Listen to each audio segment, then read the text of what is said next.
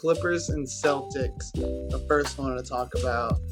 Celtics got back in the win column with a close one. Jason Tatum had a game winner against Washington Wizards, who are sneaky.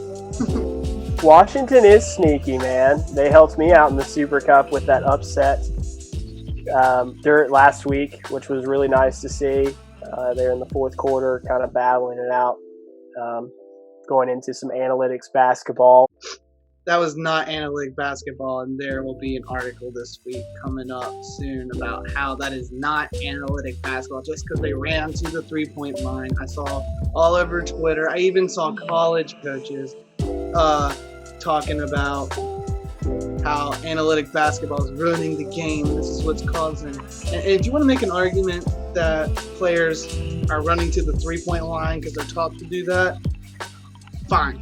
But don't say it's because of analytic basketball, because analytic basketball will tell you a dunk or a layup's the best shot in all of basketball.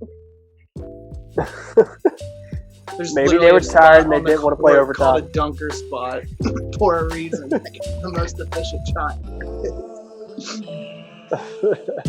When you got 7-foot guys flying through the air and just putting their hand on the rim, it's probably going to go in. Good chance there. I like those odds. But yeah, Washington is a sneaky team, but Celtics got by them, and then Clippers, they blew that lead that they had against the Bucks. We already talked about that a little bit. So yeah. What are your early thoughts on that game?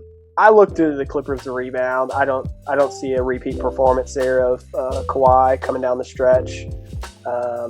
Paul George coming down the stretch there, 0-9, I think was what you said earlier. So I would say I don't think Boston's win against Washington not convincing. I don't think they're in rhythm at all right now. They're kind of up and down all over the place. So I would say Clippers, probably Clippers.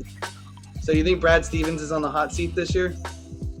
No, I don't think he is yet. I think I think he's a good coach overall. I don't think he's on the hot seat yet with the talent he has there. I think he's making the most of it. I think there's still more opportunity to grow for that team. And I think trade deadline and whatnot, as that approaches for NBA, I think you're going to see Boston be one of the teams that probably makes some of the biggest moves there to help him out. I agree. I don't know if they've bought in, but at the same time, Danny Ainge isn't necessarily a seller. He's usually, or not really a buyer either. He kind of just, when he does make moves, he accumulates draft picks, and then he's very methodical in the way he works. He's the opposite of Pat Riley, and that's why Boston's only won one championship since the 80s. It is what it is. Danny Ainge needs to be a little more aggressive. Yeah, I like it. I think this is his opportunity to do so. We're just about 4 weeks or so away from into the NBA trade deadline, so maybe a little bit less than that towards the end of this month. Yeah, and I will have an article coming up. I know I've mentioned it several times on probably all the episodes, but I just want to get it a little bit closer to accumulate more rumors and stuff of who are buyers and sellers. And a lot of things like in the East, like the Knicks are the 4th seed right now. They're so jumbled up.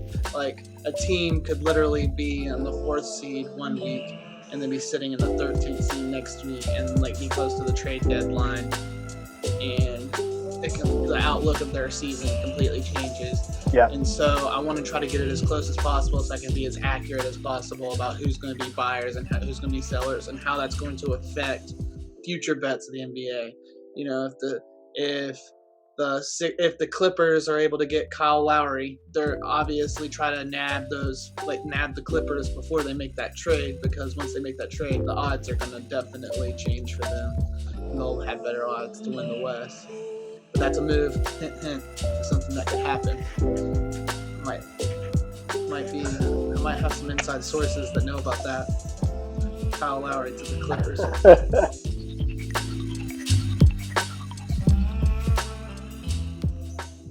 Thank you for watching Payday Parlays on YouTube.